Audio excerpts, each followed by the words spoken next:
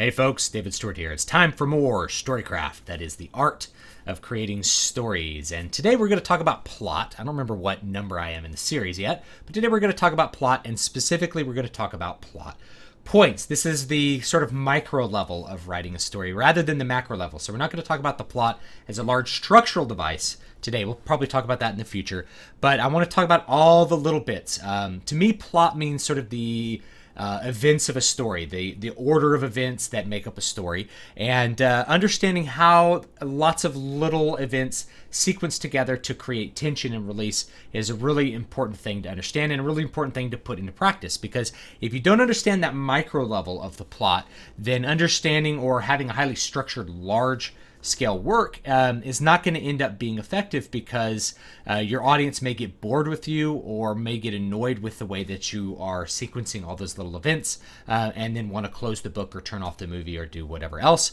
I think it's a frequent mistake that a lot of authors make, is to have not enough tension in the story, which makes the reader get bored and close the book.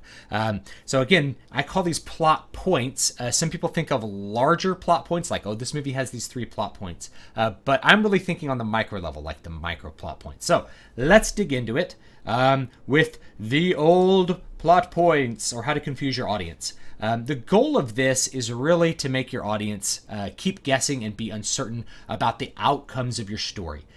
For any plot or any story, you usually have a goal. You have a plot goal or a story goal. And that is the ultimate resolution that you want to have based on the premise that you create in any given story. A really good example of this is actually Lord of the Rings. That the entire resolution is built into the premise. It's like, we have the Dark Lord's ring. Here's the ring. We got to take it to Mount Doom and we got to chuck it in the fire. We have to destroy the ring. That's right into the premises built all the goals of the story. And so when you're executing a plot, it's a series of events that are going to contribute to or detract from that final goal. Okay.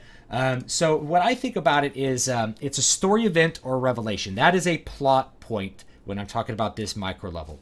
So any sort of event, something that happens, or something that's revealed, like if you have a flashback and then you learn something new that's relevant to what you're doing currently in the plot, that's also a plot point, because it changes the audience's perception of what's going on. So a good plot point will increase the uncertainty of the plot goals. That means you're not sure if the ring is going to make it into the fire. You're not sure anymore if the goal of the story will actually be able to happen. Or you're going to decrease that uncertainty. You're going to increase the certainty of it. You are now more sure that they're going to make it to Mount Doom and actually chuck the ring into the fire. A plot point, it's a story event or revelation that usually changes or alters the plot goals or the means of achieving the plot goals. So in some cases, you have one sort of story goal, and then that gets altered at some point in the story once something is revealed or once the characters understand a little bit more of what's going on. So it can change or alter the way you're doing it or the way that you're going to do it. So you may think, oh, we're going to go through the Black Gate and then drop into Mount Doom. Turns out we can't go that way. Now we have to go a different way. That's obviously a significant plot point. And if any of this alters the audience's perception of the goals, then it's a plot point. Whether they think it's now like a fool's errand or something like that, that's going to be important if you're doing plot like this. Incidentally, a really, really good example of this is from Lord of the Rings. In Lord of the Rings, the way it's written in the book, you have some really good moments that definitely create a great deal of uncertainty. So just as an example, at the end of what is called Book 4, it's really the end of Two Towers, because it's 6 books in 3 volumes. It's kind of weird how Tolkien wrote it and how they ended up publishing it. But at the end of Book 4, Frodo is captured, but Sam has the ring. And then Book 4 ends. The next book, the beginning of Return of the King, Book 5, has only the events of like Pippin and Merry and Aragorn and Gimli and Gandalf. And at the end of that, they go to challenge Sauron at the Black Gate, and out comes the mouth of Sauron with Frodo's mail and Frodo's sword, which significantly increases the uncertainty of whether Frodo is going to be successful at this quest. And if you think from the character's perspective, it massively increases the uncertainty, because they think now that Frodo is dead, which means the quest has failed. And you as the audience, you know he's not dead, but you're not sure how the quest is going to be fulfilled anymore, because we know that we think, well, he can't have been rescued because they have his mail and his sword. So he probably wasn't rescued. He probably died.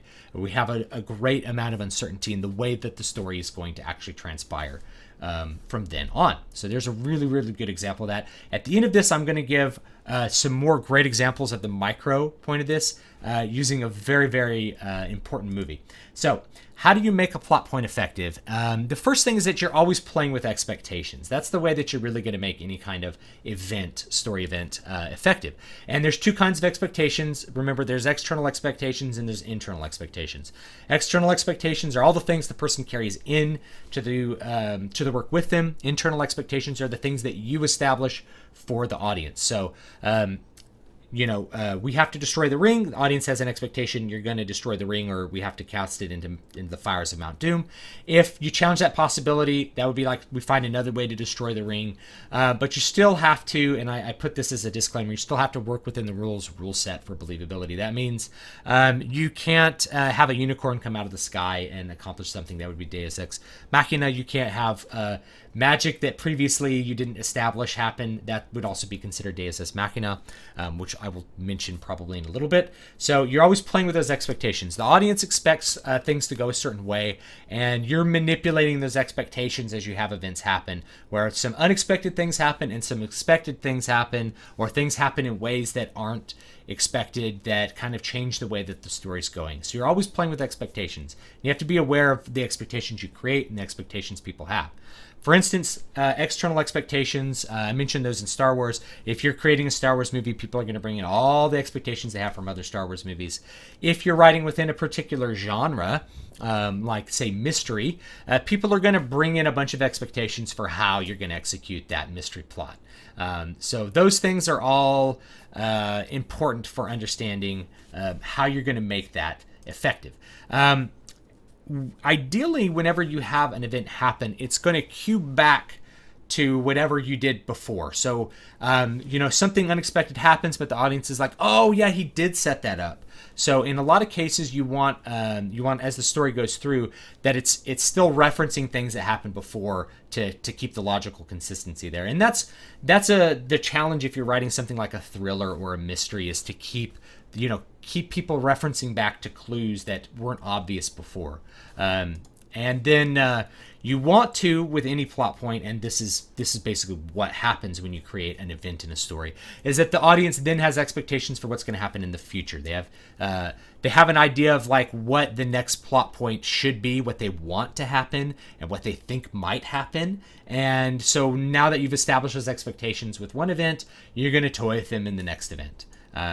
And then this is just a disclaimer: avoid Deus Ex Machina, that is God of the Machine. That's if something really like a non sequitur happens to resolve part of the plot or to move the plot forward. Suddenly a unicorn drops out of the sky and carries people off to safety to avoid them like falling into some fire pit. That would be Deus Ex Machina. Somebody mysteriously happens to have, there might be an extreme coincidence. Somebody happens to have, a lightsaber that should have fallen and become dust into a giant cloud planet. That would be a type of Deus Ex Machina, or just an extreme coincidence that moves the plot forward. And you really want to avoid these in resolutions. You can have some coincidences that sort of create the tension. It's like, this person stumbled into my inn, and he happens to be halfway through this quest, and now I have to complete the quest. That's a coincidence, but that's one that kind of begins the plot, not one that resolves it. You don't want to be like, well, I guess we're going to fail here, and then it's like, oh, turns out we can just do this and resolve the plot this way. So those coincidences are the Deus Ex Machina as a resolution you usually want to avoid. And I am aware that in the Greek tradition, they often just ended a play with, God of the Machine type stuff. So I am aware that that this is a modern bias, but those are generally a good piece of advice to avoid upsetting your audience. So here's some things that aren't a plot point that a lot of people get confused with plot points when they are making something. So I apologize for the digs, but the first one is that action is not a plot point. That's just things happening, right? because it doesn't alter what we want in the goals. Somebody winning a gunfight or winning a sword fight is a plot point because it will change what's happening in the future. Action can be tense. It can be a tension creator. These are things that I guess can create tension, but they're not really like a story point, a story event. And I don't know if JJ is listening, but action is not a plot point. Having things explode is not story. That's just things exploding. And if you don't have any stake in things exploding, it's not going to feel tense at all. It's not going to be an effective tension builder either. So action like a gunfight or a sword fight isn't an actual like story event or a plot event. A good example would be Star Wars Empire Strikes Back. You have this very, very sort of prolonged lightsaber battle between Luke Skywalker and Darth Vader. The lightsaber battle is not really the plot point. The plot point is when Luke gets his hand cut off and you are now completely uncertain about the outcome. You think, oh my gosh, Luke has now lost the fight, and the negative outcome, the outcome that you didn't want to happen, has happened. Which is part of why Empire Strikes Back is so effective, I think, is that you have the negative outcome prevail in the end. And then, of course, Darth Vader creates a revelation, I am your father, which alters everybody's perceptions of how things have transpired before. Those are major story events, and they happen right next to each other, and really, really pound home this sort of leaving on a tense moment, this resolution that's unwanted in Empire Strikes Back. Okay. Characterization is actually not a plot point. So if you have two characters talking about something that lets you get to know those characters, that's not a story event. And if you fill your book with only characterization, some characterization's usually good, especially with, I guess, like modern sensibilities with writing. But if you are doing nothing but having people reveal the finer details of their personality, it's going to end up being boring.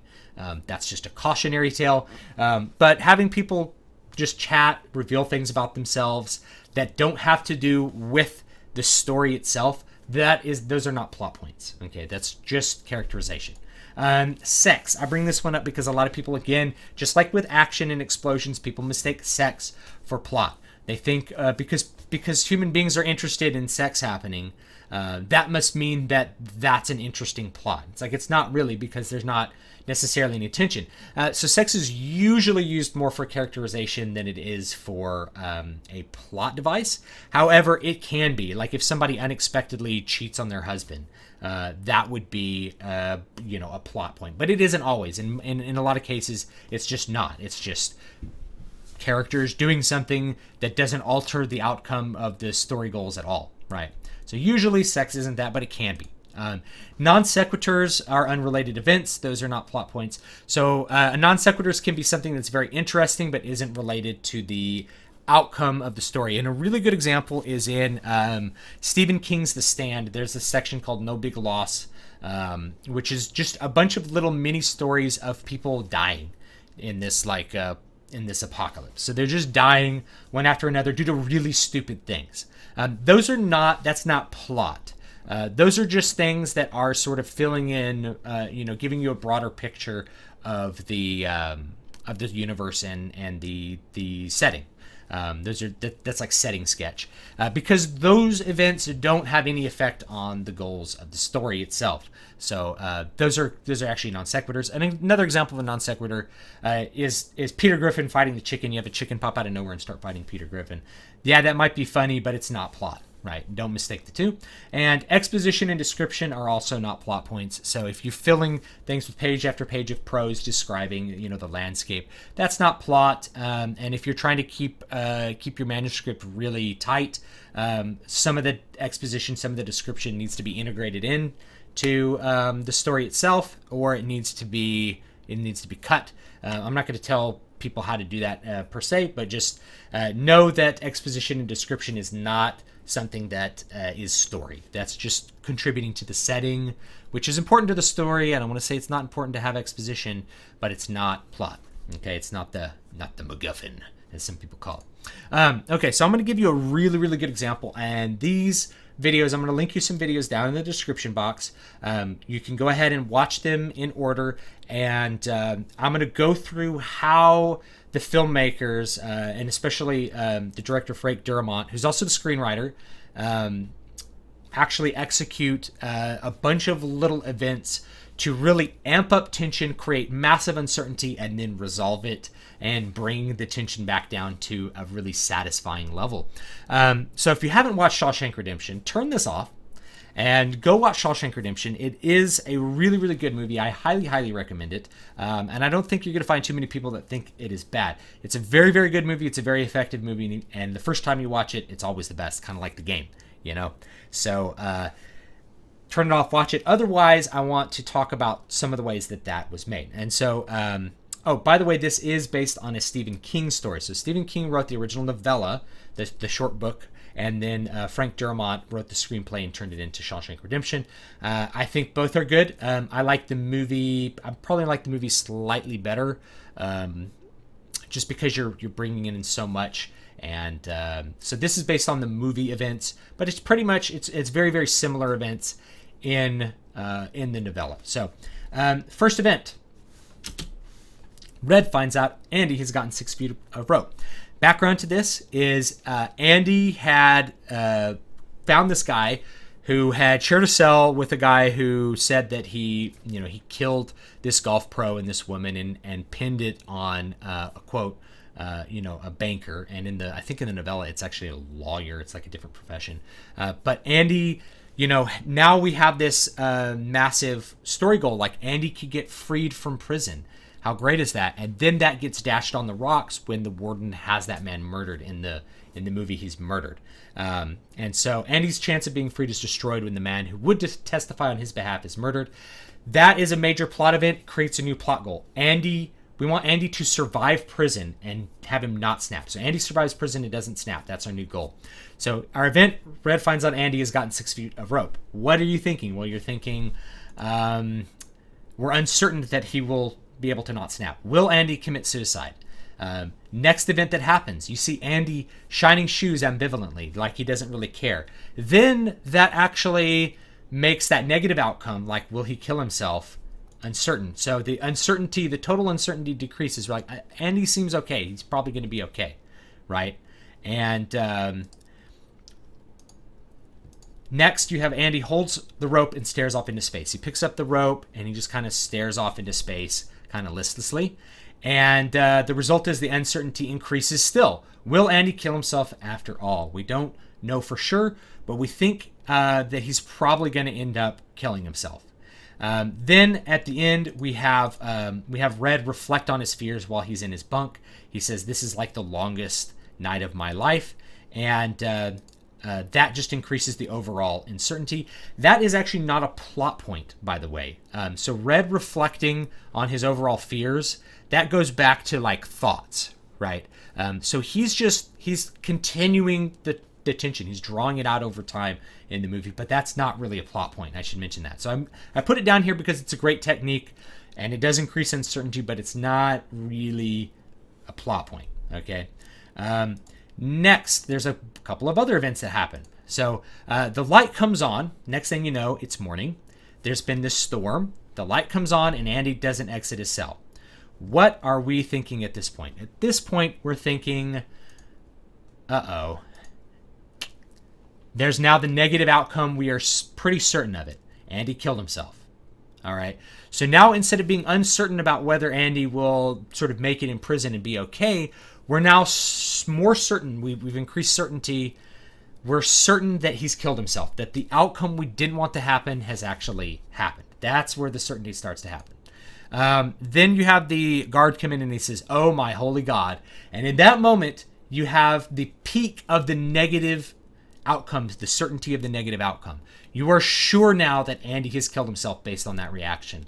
And you're going to feel really low, right? That's super effective. But notice they don't show you what happens, because the next thing that happens is the warden pulls out brown shoes and here's an alarm. And those two things are two events that happen really close together. So he pulls out the brown shoes and the audience is like, "What?" And and he stares at his own brown shoes, like kind of amazed. And then you hear an alarm. And so now we're not certain what happens. Like, what's this alarm about? And why does he have these shoes? So the certainty of the negative outcome starts to decrease. Next thing that happens, Warden's in his cell. What do you mean? He just wasn't here. What happens? The negative outcome is now resolved. We know he hasn't killed himself. So there's a huge resolution of tension. And he's not in a cell. The overall uncertainty takes over. Where is he? We don't know where he is, but we're so glad that he didn't kill himself, because now the negative outcome has been eliminated by this little plot point, this little event of the Warden saying, it's a revelation. He's revealing that Andy is not actually dead. So then the Warden finds the tunnel. That's another revelation, right?